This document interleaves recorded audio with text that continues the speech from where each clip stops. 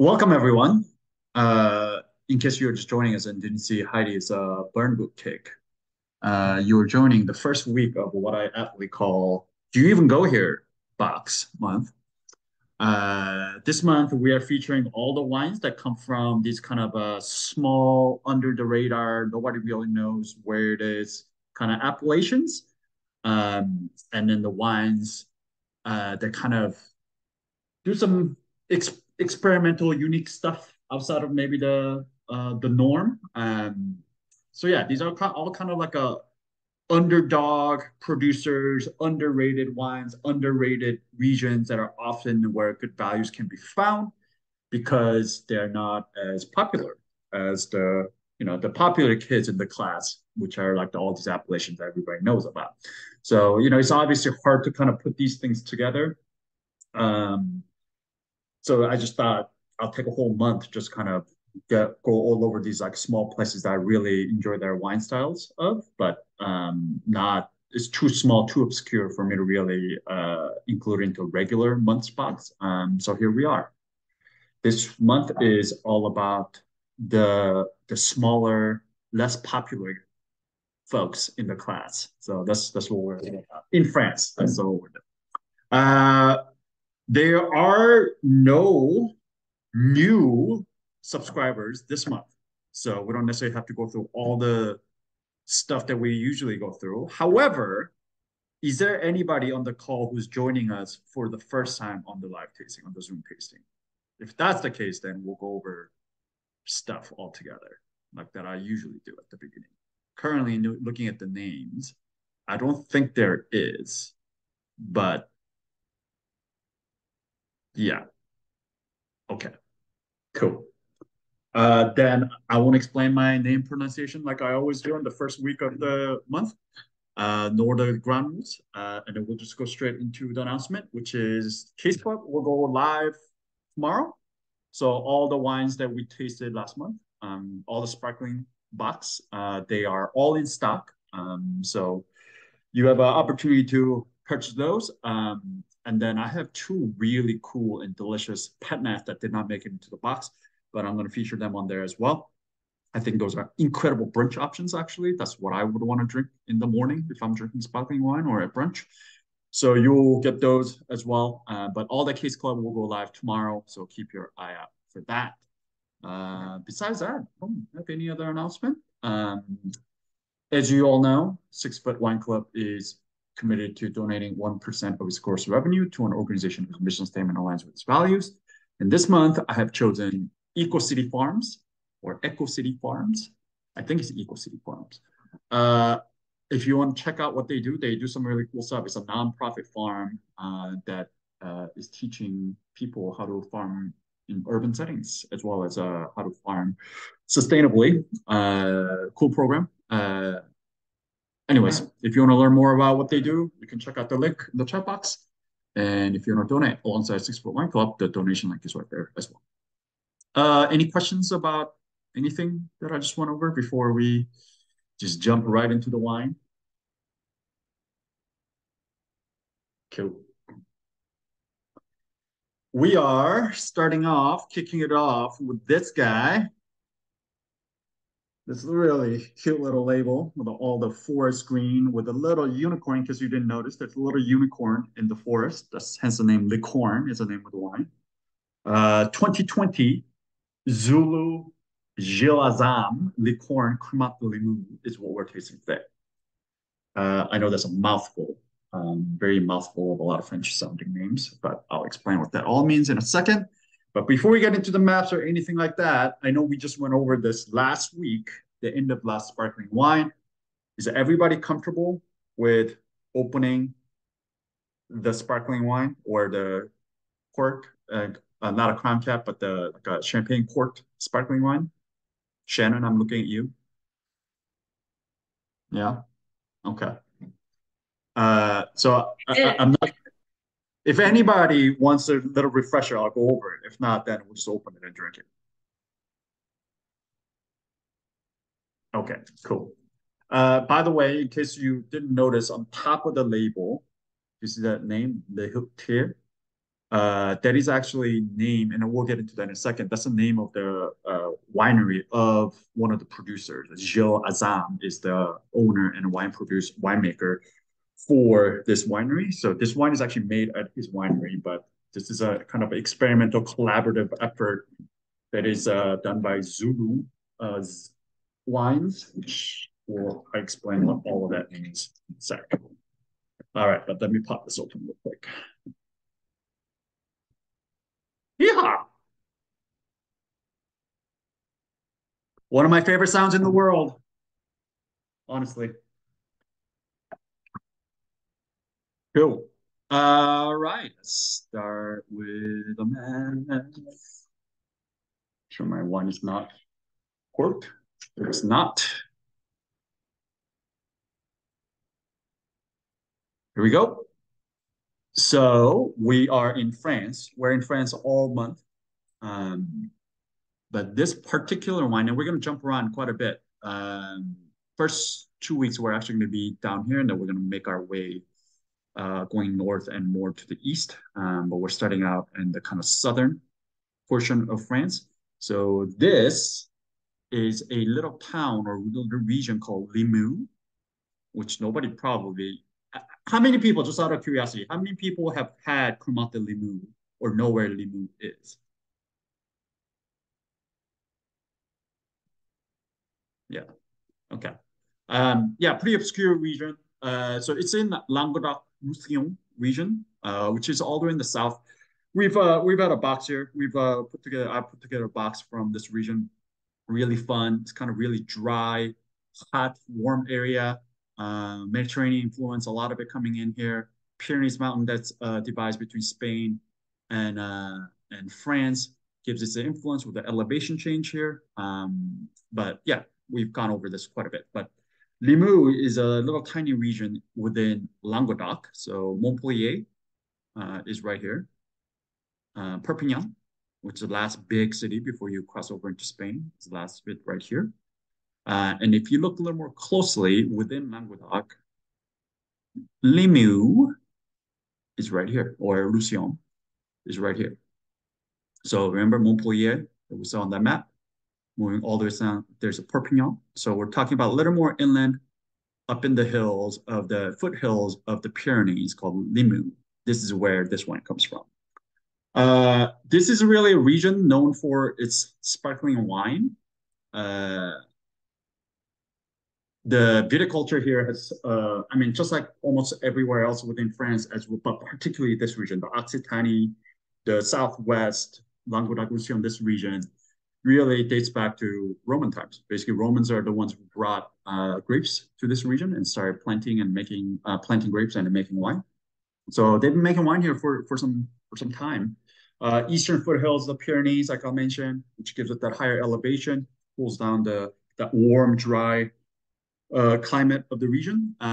Overall, as a whole, it's a what we call Mediterranean climate, which means warm, dry summer. So Mediterranean climate is like California. If you're from there, if you're familiar with that climate, it's warm, dry summer, rainy, kind of mild winter, not super cold. That in general is called Mediterranean climate. But because of its proximity, just because it's a little more north, it gets a little more Atlantic influence than the rest of Languedoc and Roussillon region, which is closer to the Mediterranean Ocean. What that means is the climate here is a little bit cooler, temperature-wise, it's a little bit cooler, as well as a little bit wetter. It rains a little bit more. Still very much a dry, kind of an arid region, but just compared to other parts of Languedoc and Roussillon, Limoux tends to be a little bit wetter and a little bit cooler. And quite frankly, that is what makes this area perfect for particularly sparkling wine, but viticulture. It's because it enables the kind of slow, even ripening. You get that all that kind of sun, high UV ray exposure, and then dry, warm temperature that comes in of the region, but the Atlantic kind of cools it down. The Pyrenees foothill lifts it up, so it gets cool at night. So that diurnal shift makes it keep the high acid that's necessary or required for a good sparkling wine, but it also allows for a much longer growing season and a much longer ripening period, which helps develop a lot of flavors and concentration and complexity and all of that. Soil type here, typical, very typical viticultural soil type that you see. uh, Mixture of clay, sandstone, and limestone. The Limoux itself, there are four appellations here. So it's not just sparkling wine, even though sparkling wine is what they're known for. There are four appellation wines that are made in this region called Limoux. The first one is probably most historical, is Blanquette de Limoux. I'll put that in the chat box. Um,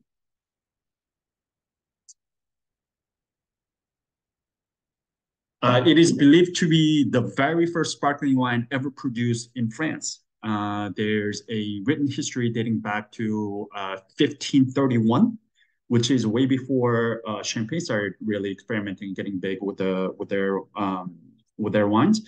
So everybody believes that this Limoux right here, particularly this Blanquette de Limoux, is the first sparkling wine that's ever made in France. Blanquette is the local dialect for Mauzac. Mauzac is the name of a local indigenous variety. So everybody here around here calls it Blanquette, but everywhere else we know it as Mauzac. So Blanquette de Limoux just means Mauzac of Limoux. It's a sparkling wine. If you ever see that appellation on the label, know that it is a sparkling wine that's made from Mauzac or Blanquette using a traditional method. We went over what traditional method champenois means, right, last week. So there's that. There's one appellation. The second appellation is Blanquette method ancestral.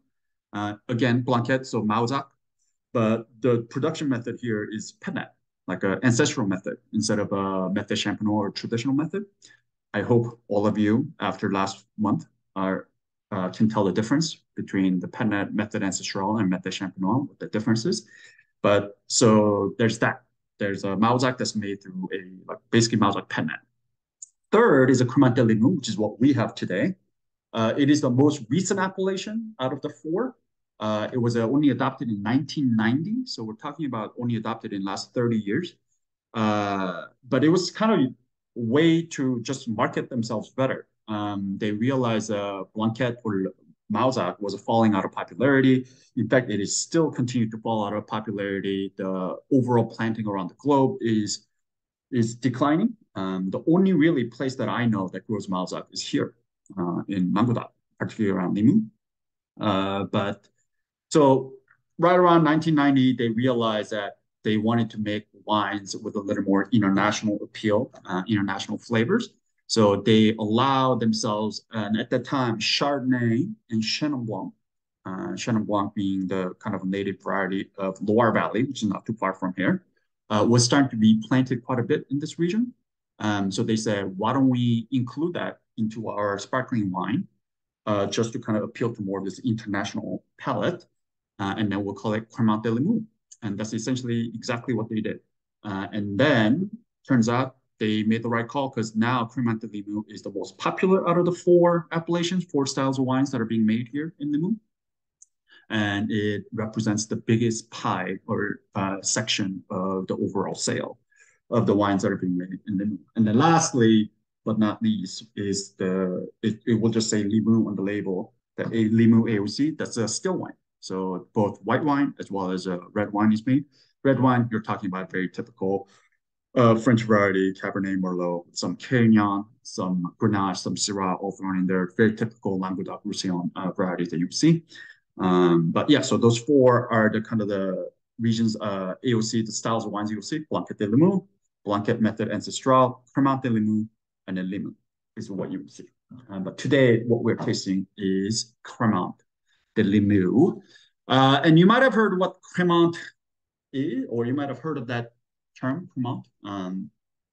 But it is essentially within France, you may see it attached to a lot of different regions. So you may see Cremant d'Alsace, Cremant de Bourgogne, Cremant de Limoux, Cremant de Loire. Cremant just essentially means a sparkling wine that's made in a traditional method, and it can come from any region. And oftentimes, whatever region you go to, they will have their own cépage, which is just a fancy French word for varietal selection, whatever variety that's allowed in that Cremant, legally speaking. So, for example, if you go to Alsace, you may see Pinot Blanc, or maybe even Riesling thrown in there. Pinot Gris.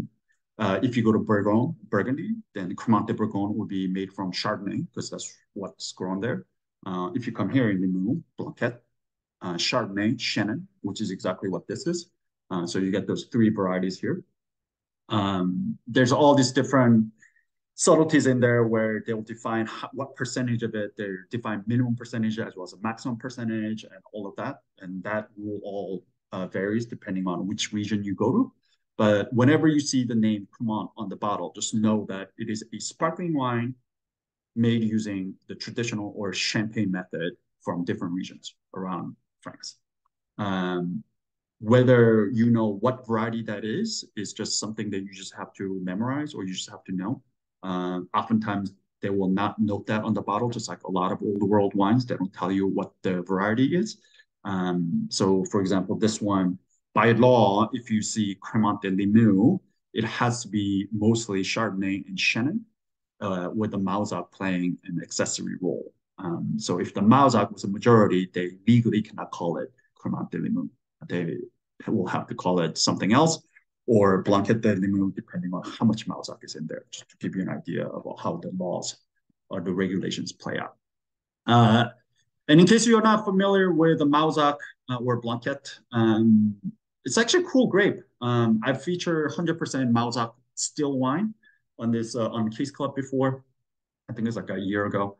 But it's kind of like got this like appley, peary, really a lot of like a orchard green fruit leaning with a really good acid backbone. It's capable of expressing minerality pretty well. So it's never meant to be aged for a long time, but it makes for a really fun kind of different kind of wine. They also distill it quite a bit and make brandy out of Mauzac down here, out of Blanquette. So if you ever get a chance to if you ever come across those, I highly recommend you check that out because that shit is delicious. It's really good.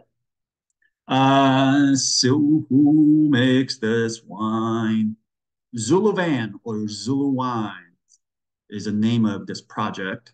Let me give you this picture. It's these guys. Laurent, the dude on the left. Jess, the gal on the right.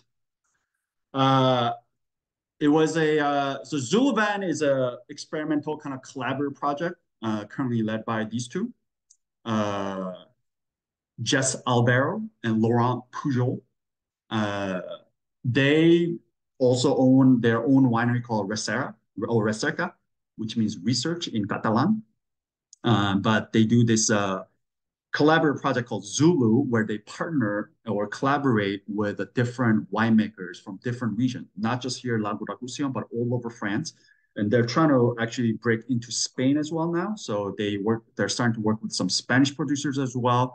It's just their way of going around Europe or different places and get a chance to work with different people. There's not all that exciting and fun, but there's a little video footage on YouTube if you're curious to check it out, where Laurent waxes poetic about how Zulu Project is kind of like he's also an old musician. He's like being a musician and being able to collaborate with all these different like artists, the other artists who inspired him, and then being able to like play music together. And then that's kind of how he explains Zulu Project is the way for him to go out and basically make wine together with all these different winemakers that have influenced him and that have inspired him over time.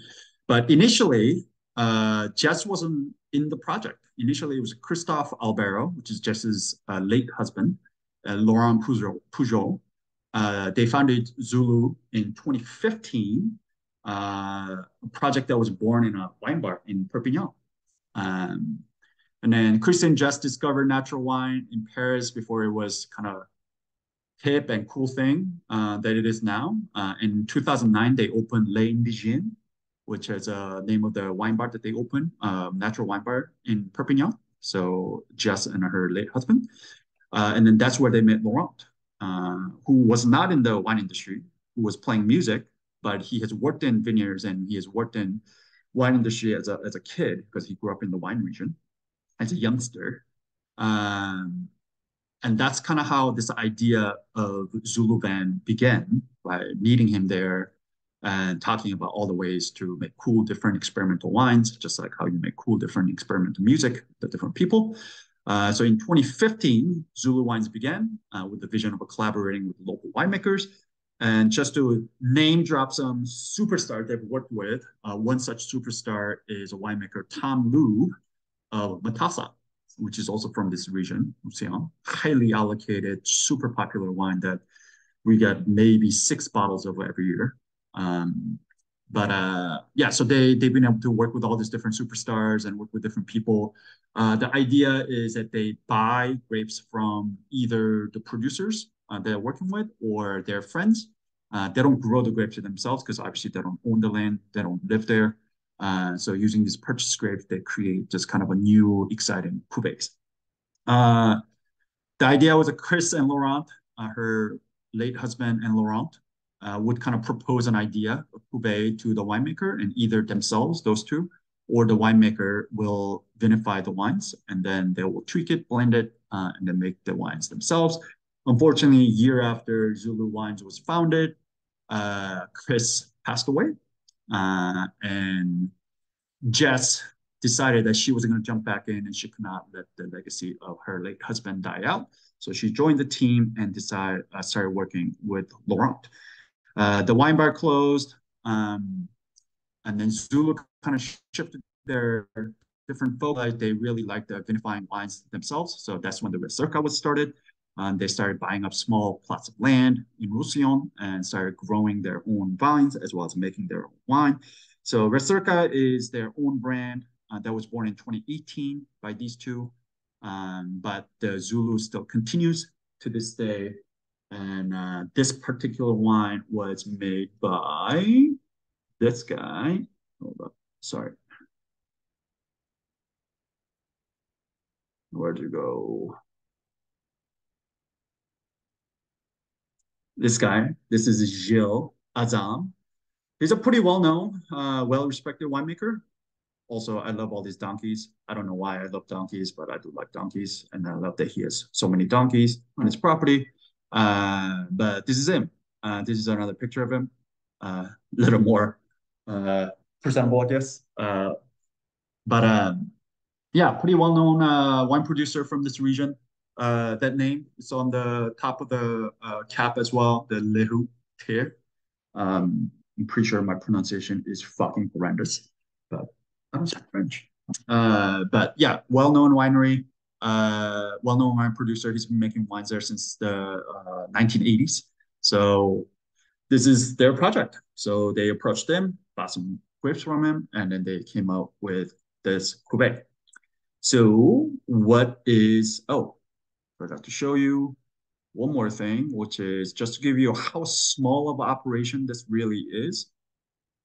They made 50 cases of this wine altogether, and 10 cases came to DC, and we bought 6.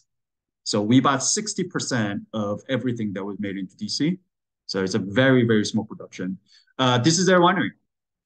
This is Recerca Winery, not Gilles Winery, but this is where they make all their wines. So we're talking about very, very small production. It's kind of just like a barn turned into a winery. We're not talking about some industrial commercial thing. We're talking about somebody who's making wine out of their dug up cave on the side of the house, which is super cool.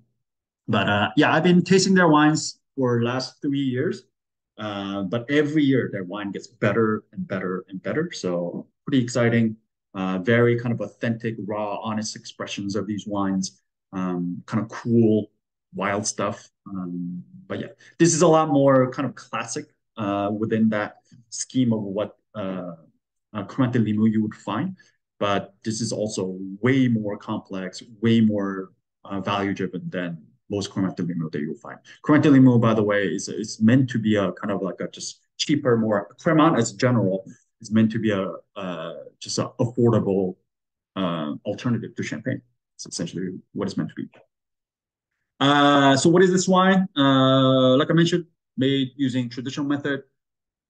I hope I don't have to explain that again, but if you're not clear or you're confused on what that means, method champenois or traditional method, drop me a line in the chat box and I'll go over it again. But Yeah. So traditional method, all organic Chardonnay, Shannon, and Mauzac. Most of it being Chardonnay and Shannon. The touch of Mauzac thrown in here. Unfortunately, I could not get much technical information on this at all. Even the importer was like, I don't know if I can get much technical information on this. It was more like they just kind of figure out. It was kind of like an Iron Chef style kind of a wine where they just had all these different ingredients. They're like, we're taking a little bit of this, a little bit of that, and we're going to put it together, and then we're going to do this. So I don't know if they made any kind of real recordings of their notes during the winemaking. So unfortunately, there's not much of technical information. But what we do know is that the first fermentation took place in barrique, which is small French barrels, all neutral, nothing new oak here. Oftentimes, the first fermentation happens in stainless steel, but they did it in the barrique, small barrel. What does that tell you?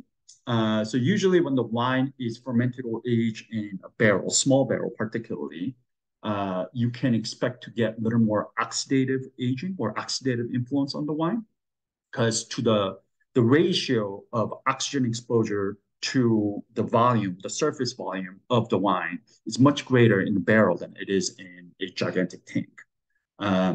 So oftentimes, and what does that mean to have a little oxidative edge on the wine? Usually you can expect maybe a little more golden color. You can expect, if it's expressed much longer, then you can expect a little like a nutty, kind of like walnutty, hazelnut kind of a flavor at the end.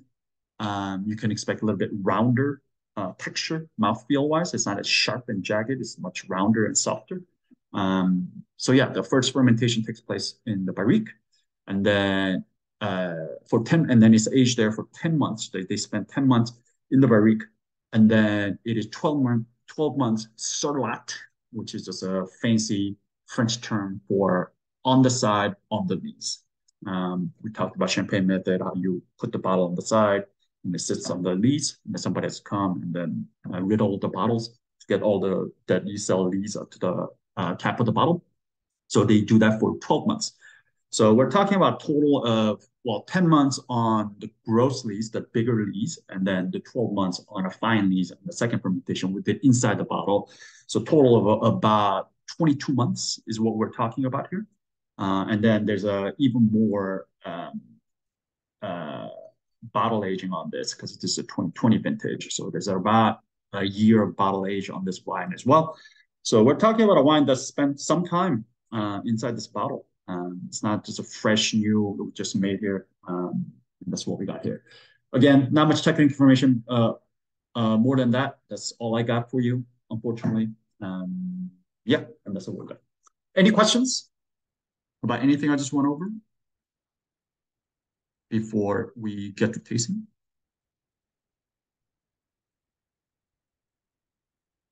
Perfect. All right. Well, since we don't have rookies on the call, we can just jump straight in like we always do. We can just take rotations. So who's gonna take the appearance? Or who wants to take the appearance?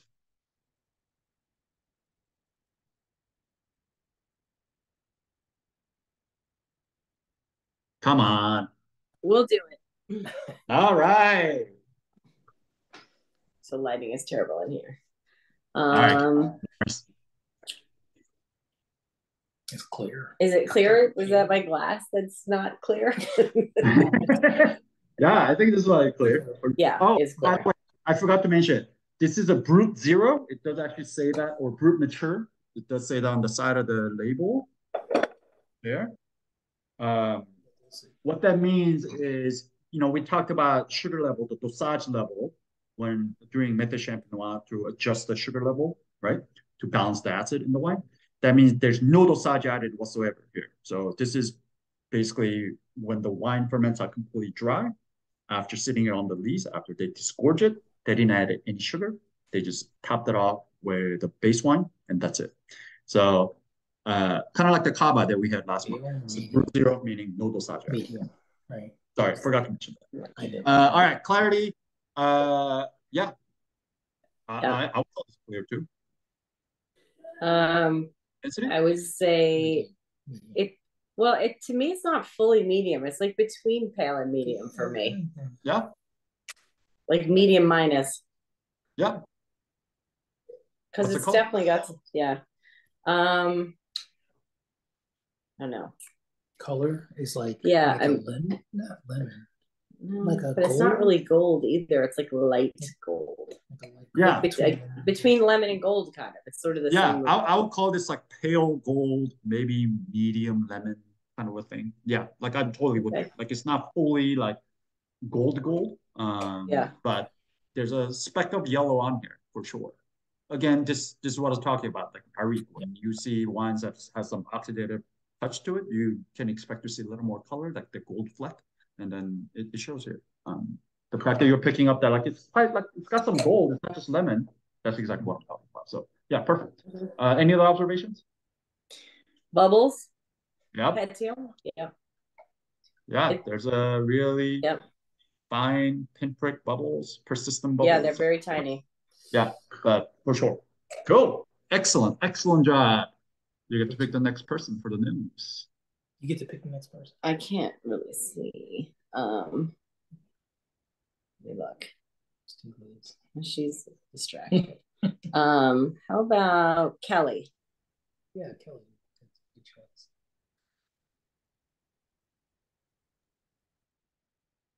Kelly. Hello. Hello, Kelly. What's problem in here? All right, take us through the nose. All right, my wine is clean. This one is clean. This one is sound for sure. Intensity? Let's see. I would call this like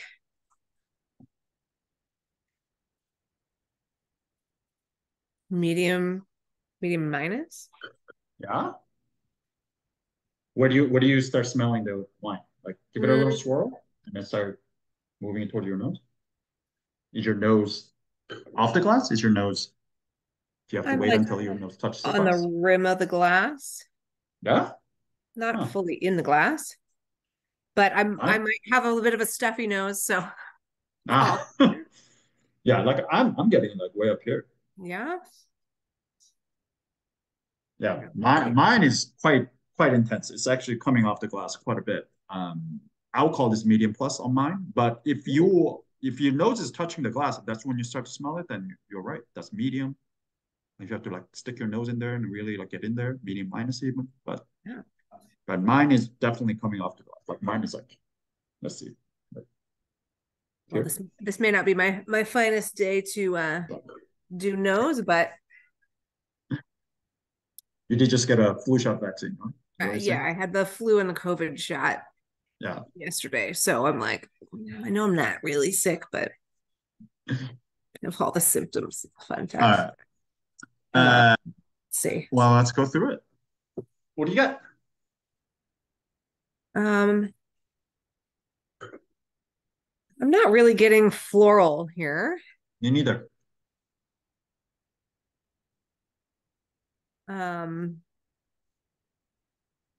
Nor do I really think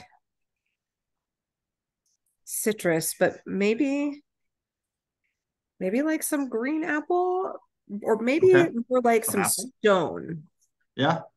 Um, like wet stone. okay. How about some fruit first? Let's just go down the list. Green fruit. Do you get any like orchard green fruit on here? I mean, Apple, maybe some green pear. apple, but like, or maybe some unripe fruit. Yeah, I get like super just coming into the season. Like I don't want to call it all the way like underripe, but like really fresh, that kind of like yellow apple skin, green apple skin kind of a thing. Maybe even pear, but there's some sort of like a green tree fruit here. Yeah. Touch of that I get for sure. Uh, citrus. I don't really get citrus on Yeah. mine. Like I said, my teacher always said if it's a white wine, always call lemon. But yeah, to me, there's more citrus and there's more green fruit than citrus here. But I don't know. I think I've just been conditioned always to just smell citrus, lemon when I see white wine. Just yeah, just classic conditioning. You say you mentioned stone fruit, or did you mean like stones mineral? I meant like stones. Okay, okay. Yeah. Because I don't get much stone fruit. Yeah, no. Stones for sure. I do get minerality here. Any tropical fruit? I don't think so. Yeah. Any red fruit, black fruit? No. Yeah. Nature of the fruit? Fresh, Like, yeah, old and fresh, dry? Fresh. Yep. Agreed. Fresh. green. Yes. I wouldn't go as far as calling this like unripe or underripe, but it's definitely fresh. It's not like just peak of the season. It's like just at the beginning of the season kind of a fruit. Um, so maybe a little underripe, but yeah, if anything, more underripe than it is overripe for Yeah. sure. Like your pear is going to be real crisp and not like soft. Yeah, exactly, exactly. Herbaceous, herbal, anything there? Um,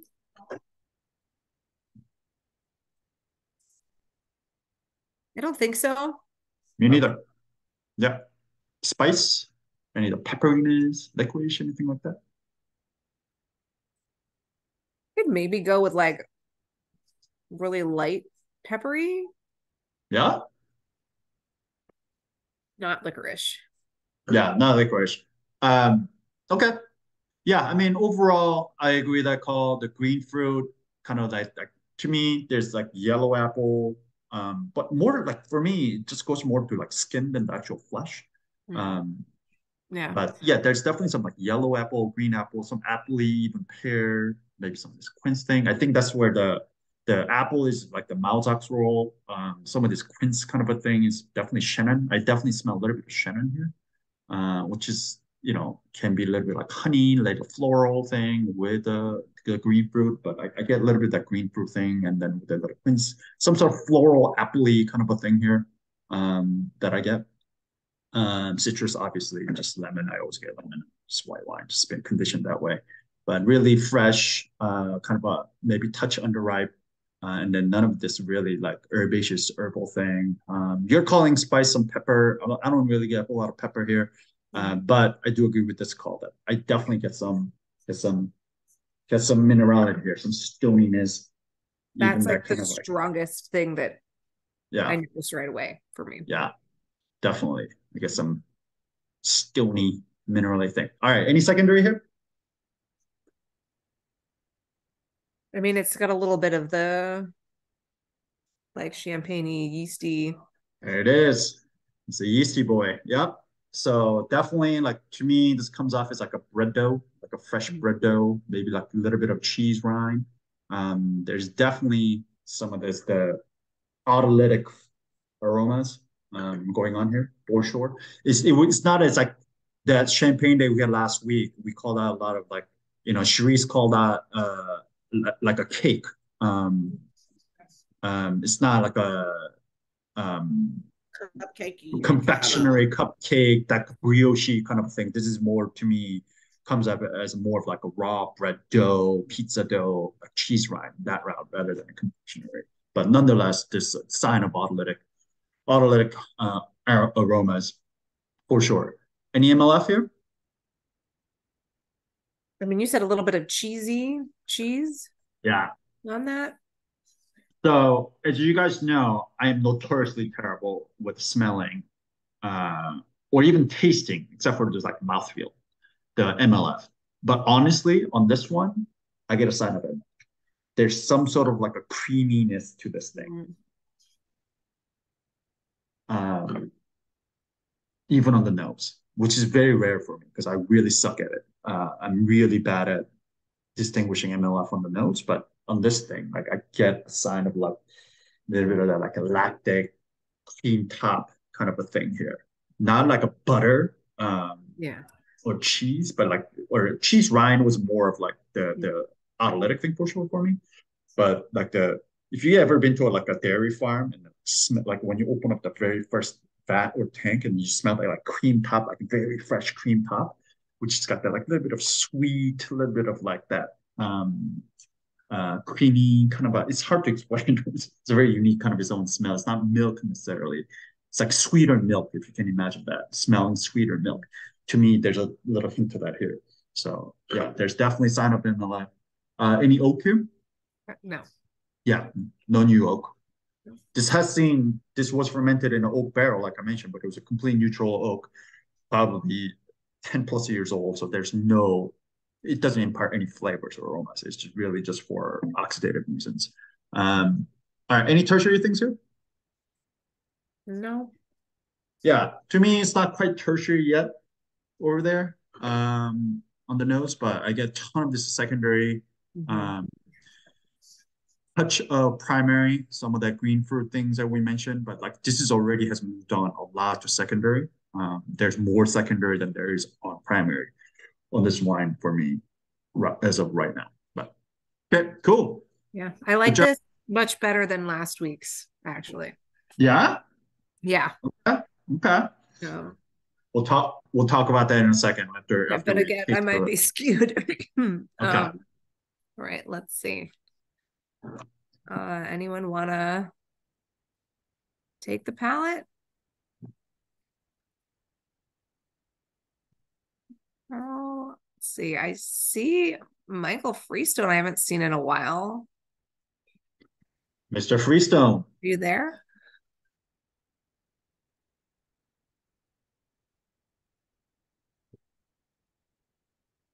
Maybe not. You just missed a fight between me and Tucker saying I had just said if they call us, it's Tucker's turn. And I said literally 1 year ago I was in labor, so I'm not fucking doing that. Thank you. I pass. But Michael will. Perfect. Fair enough. All right. Yeah, you lose that one, Michael. Yeah. Every time. I guess I don't know how many times you can use that argument, but yeah. All right, palette. All right. Definitely sweet. No, it is very dry. It is very, very dry. Yeah, this is a bone dry. Yeah. No, absolutely. No even hint of anything. The acidity is... Yeah, I feel that all the way back there. So medium plus on the acidity, I would say. 100%, if not high. Like this is high, yeah. It's like making my eyes water. Yeah, if you play around with it too much in the back of the mouth, it's yeah. It's got some acid. And honestly, Mauzac is kind of like that, and Shannon gets really high acid too. That's part of the reason why it's such a good candidate for sparkling wine as well as making brandy, because of acid. But yeah, 100%. Really, this is like borderline high. I kind of want to call it high actually. Yeah, it's one of them. Both, yeah. Tannins, I mean, I feel tannin on my tongue, so. You do feel tannin? I feel something lingering. It could just be the acidity is so high. It's not noticeably hot for alcohol. What do you think the percentage is? I haven't seen it actually. I haven't looked either. I don't know. Between 12 to 13, I would say. Yeah, I was thinking like 12, 13. 13, yes. Yep. Body, let's see. So 13, by the way, 12 to 13, we're talking about like right in medium territory. So 12 and a half to 13 and a half, that's like medium. So yeah. Body? I'd probably go medium to medium minus on the body. It's light, but it's nice. Definitely good. The bubbles definitely kind of interfere. Interferes with your kind of body call. It makes it more difficult. But if you kind of sit with it, just really kind of pay attention to the bubbles kind of die down. It's not super full bodied here. I totally agree with this call. Medium minus to medium at most, high end of medium minus, lower than medium, so right around there. I'm tempted to call this medium, but medium minus I think is a perfectly acceptable call here. Moose bubbles. Yeah, this is an interesting one. I mean, they're like the small but very bubbly kind. So would that be considered creamy? Yeah, I'm tempted to call this creamy. I wouldn't call this aggressive. The bubbles are not aggressive at all.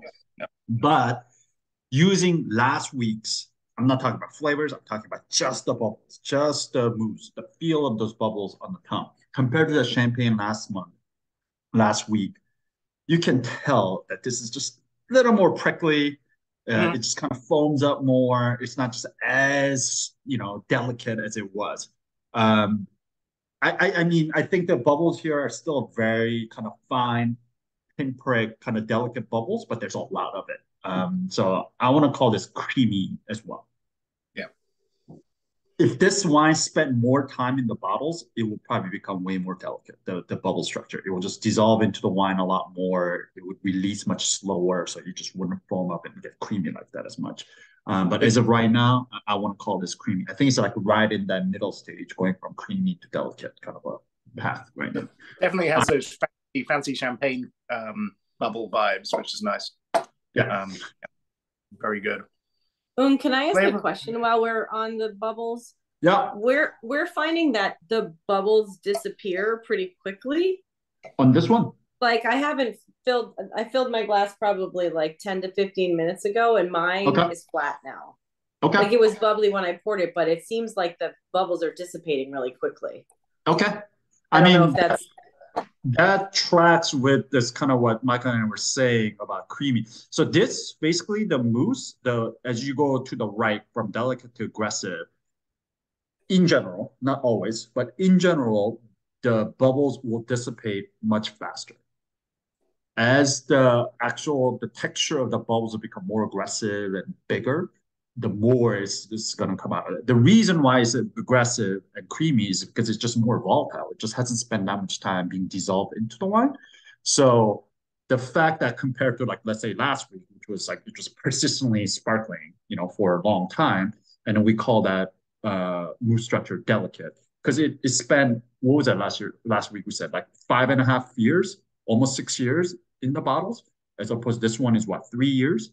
So we're talking about a wine that has spent twice as much time with the bubbles inside. So it's become much more delicate, much more dissolved. But because this is just a little bit younger, it's creamier and it's dissipating faster. So it tracks. Sorry, flavor intensity.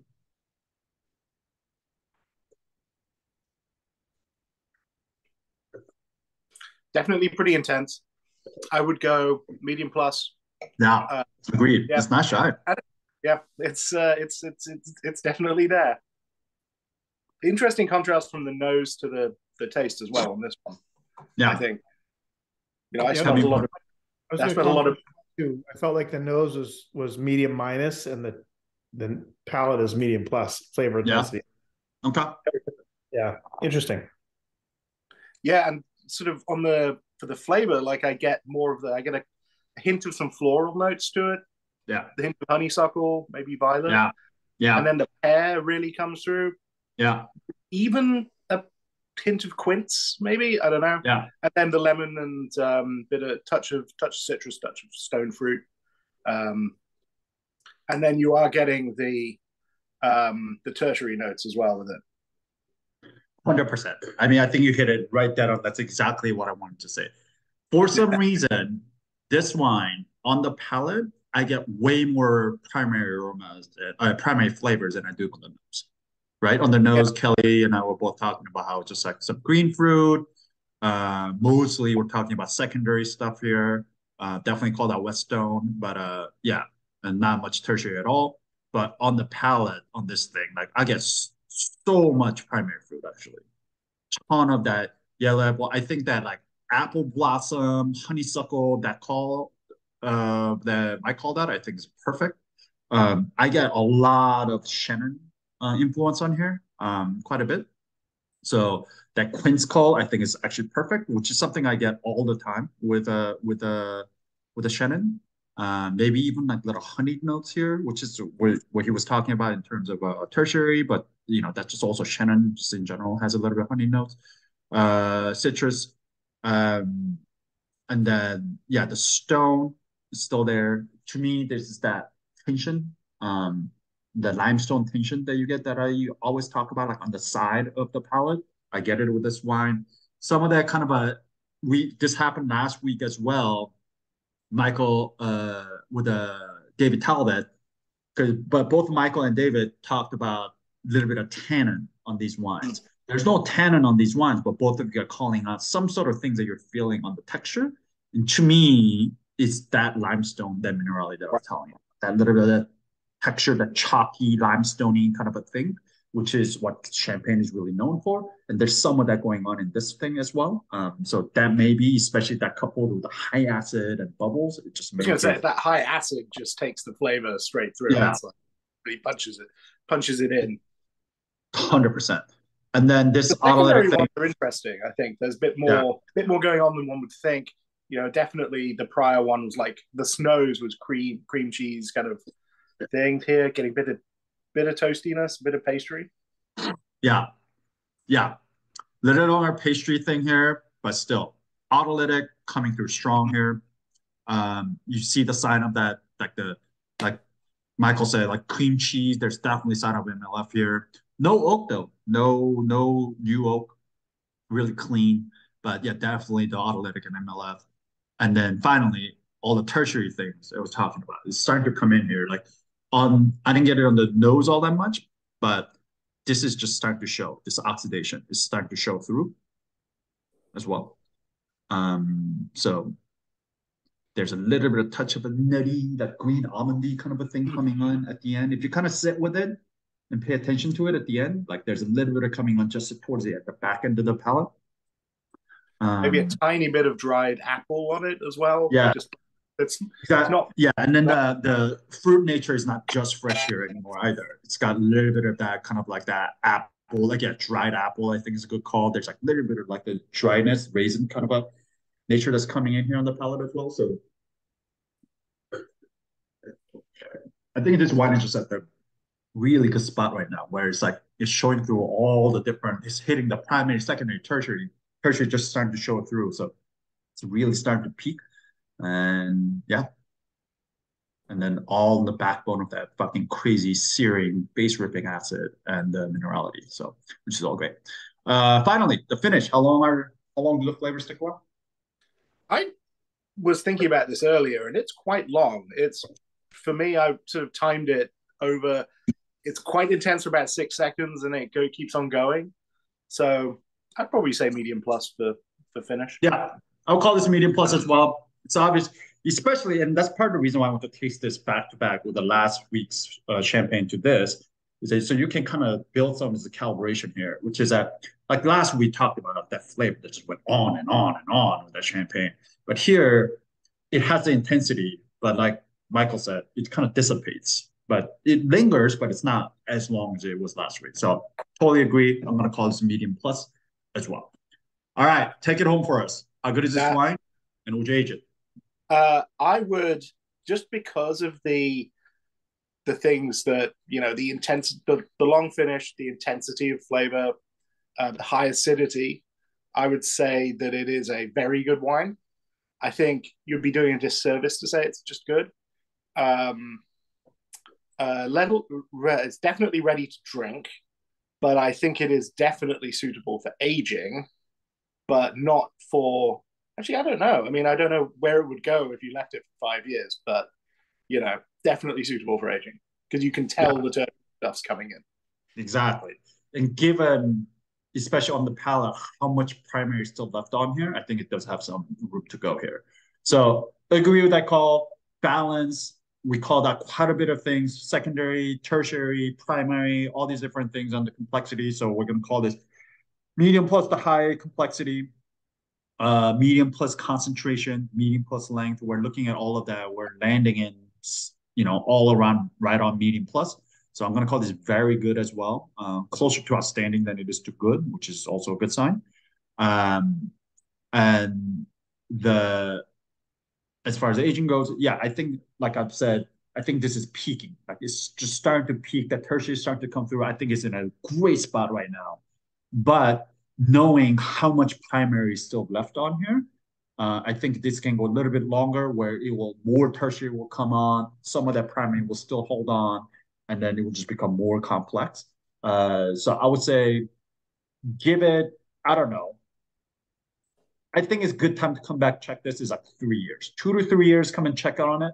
But I think this can easily go to 5, maybe 8, that may be at the back end of the life.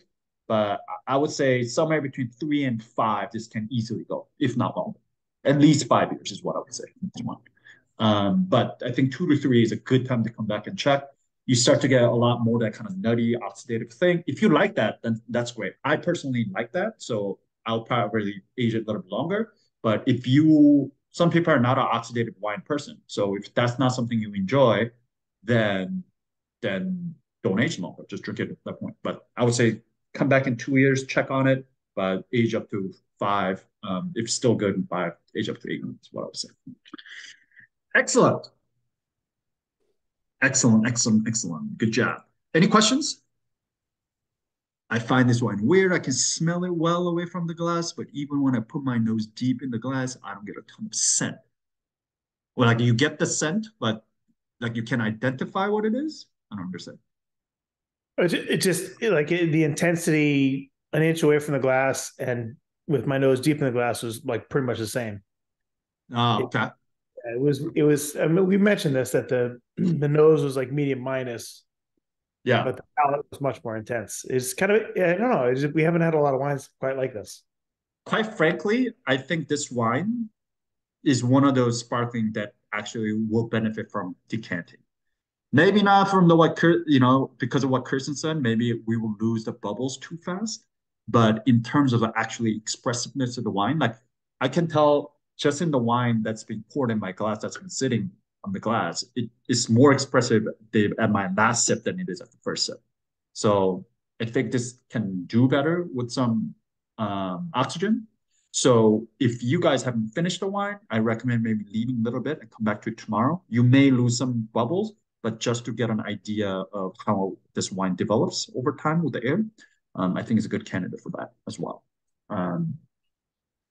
I'm getting graphite. Is that just me? I mean, I get a ton of minerality. I don't know, graphite isn't necessarily what I would call, but yeah, like in terms of like rockiness, I totally agree. Agree, get a little flint. Yep. Sure, there's Beastie Boys, there's Yeastie Boys. Yep. Cream cheese, brass MLF, that funky MLF. Okay. Cool.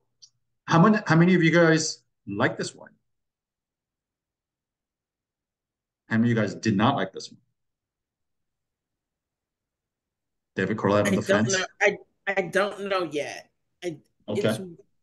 It's hitting me weird, so I can't say whether I like it or not. I don't know yet. I just don't know. Tell me more about weird. What do you mean? I'm going to drink it all. It's not going to go to waste. But it's something about the texture because it's got like it's that real. You were saying that you really tasted the Shannon, but I really taste the Chardonnay. Yeah. Because it's got a creaminess to it that reminds me of like mallow or it being on the leaves or something like that. Yeah. And you don't like that? It's too slick in my mouth, so it's almost too buttery. Interesting. Compared to last week, because I think last week was even using that term slick. I think last week was way more buttery slick. I like last week's better. Yeah. Okay. Yeah, I mean it's different kind of wine. But yeah, okay. Any other questions? All right. Let's play everybody's favorite game. How much do you think this wine is in the retail shelf? How much would you be happy paying for this on the retail shelf?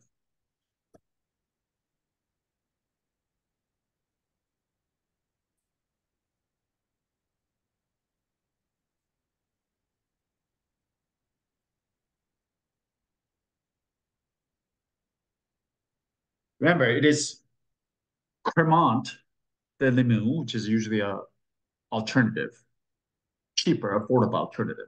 But oftentimes you do not find Cremant that is this complex, that has been aged this long. It's usually pumped out after the minimum of 12 months. Some Cremant is all as low as 10 months, and then they just pump it out after that's that, because it's not meant to be aged for a long time. But this one has been aged for 3 years with 22 months in the cellar. before it actually gets bottled as a final format. So it's just taking some time. So what do you think there will be? And also, it's a very experimental kind of one-off kind of a thing. So there's small scale, small production level factor in here as well. But yeah, just to give you some factors here. All right, let's see. 35, 35, 25, 20, 25, 20, 55, 35 is quite the jump. Retail 20, pay 18. Okay. I mean, that's usually what you would find in a Cremant, honestly. That's about a fair price for a very young, just released Cremant. 35, 28, 24, 28, 25, 25, 35. All right, it's kind of David, old. no clue. David, absolutely no clue. It's Vivino is the worst at picking prices. They're Yeah, the also, absolute worst. like I said, there are 50 cases of this made ever. So I don't know who would put this out there. But anyways, all right. This is interesting. I mean, this is all over the place. This ranges all the way from $18 or $20 all the way up to 55. So this would normally, and this is quite high for Cremant de Limoux, but because all the things I mentioned, the aging, additional aging, and then the kind of like the cool unicorn factor, you know, of just such small amount being made. Normally, if you will find this in a retail store for $40. However, part of why I got this wine is because time to time I catch my importers at the right time. So I get an exclusive pricing for 6 Foot Wine Club at $28.50. So it's part of the reason why I also put it on there. At 40, we're talking about like at that point, I mostly likely probably I love this wine. I like this wine a lot. But at that price, I probably would go to like a Grand Reserva Cava that we had last month. But at 28.50, which is essentially about the same price as a little bit more than Cava, maybe $5 more than Cava that we had last month. I don't know. I may go this way. There's a lot going on here in this wine. And then that like minerally textural thing that I love so much in Champagne, you get a lot more of that here than you do in Cava. So for us, this would be 28.50, and that's what you will find in Case Club. But normally, if you're to come across this, you probably won't in a retail shop. But if you do, this would be $40.50. Is what this would be. Any other questions?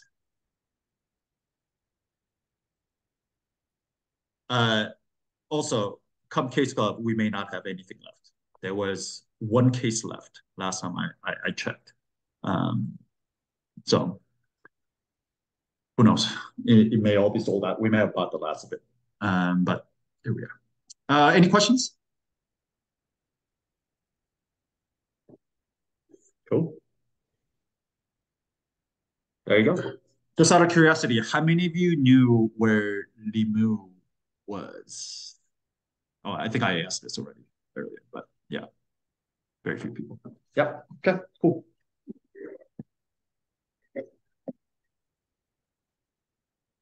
Right on.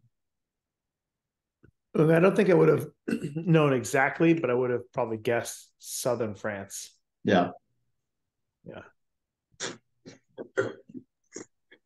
I can barely get my own way home, which is why I don't drive. So I definitely didn't know where it was. Cremant is also a cool way to kind of travel around France.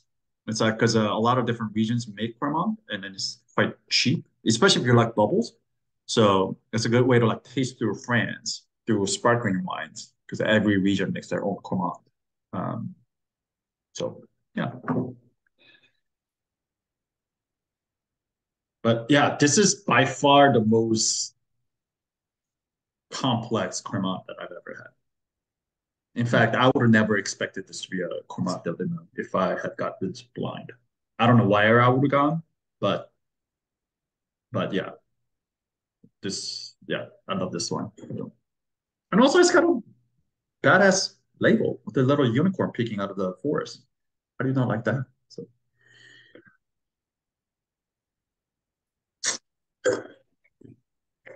anyways, The more I drink it, the more I like it. I was in the beginning, it was so hard for me to get over last week's champagne because I'm not a sparkling person. When I drank that, I was like, this is why people drink sparkling wine. It's delicious. So it was hard for me to get past that. But the more I drink this, the more I like it. And I think the more I can kind of get out of it when it's been sitting in the glass. And it's good. Perfect. One thing I will say about this particular wine, though, I think this is also a lesson in oxidative aging. I mean, last week's was it as well, but this one, like, you have that kind of lazy oxidative thing because all the wines were fermented in barrels as opposed to stainless steel, which is there's a lot more micro oxygenation that has taken place here. So this is kind of what happens when the wine has been fermented in barrel as opposed to stainless steel. Last week's would has some oxidative aging on it as well, but that's just from being aged inside the bottle for so long. But this one, just kind of get an idea of what this is like. If you were to taste this side by side with a fresh, young Cremant, you know what I'm talking about. Like it's got that like nutty edge here. It's much softer. It's rounder on the edges. It's not as sharp. So yeah, it's kind of a good case study in terms of what happens, why you as a winemaker would choose to ferment or age the wine in barrels as opposed to non-permeable surface like or vessel like stainless steel or cement. So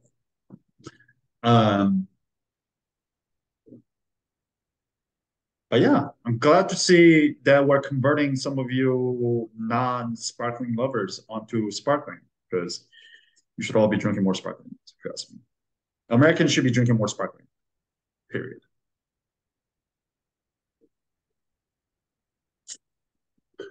Though the young people in America are drinking so much Prosecco, they're single-handedly propping up the Prosecco industry. So there's that too. It's brunch, bitch.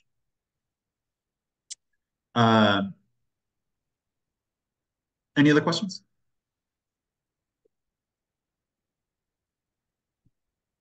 Go. Go. I don't know. What's new, people? I'm turning off the recording.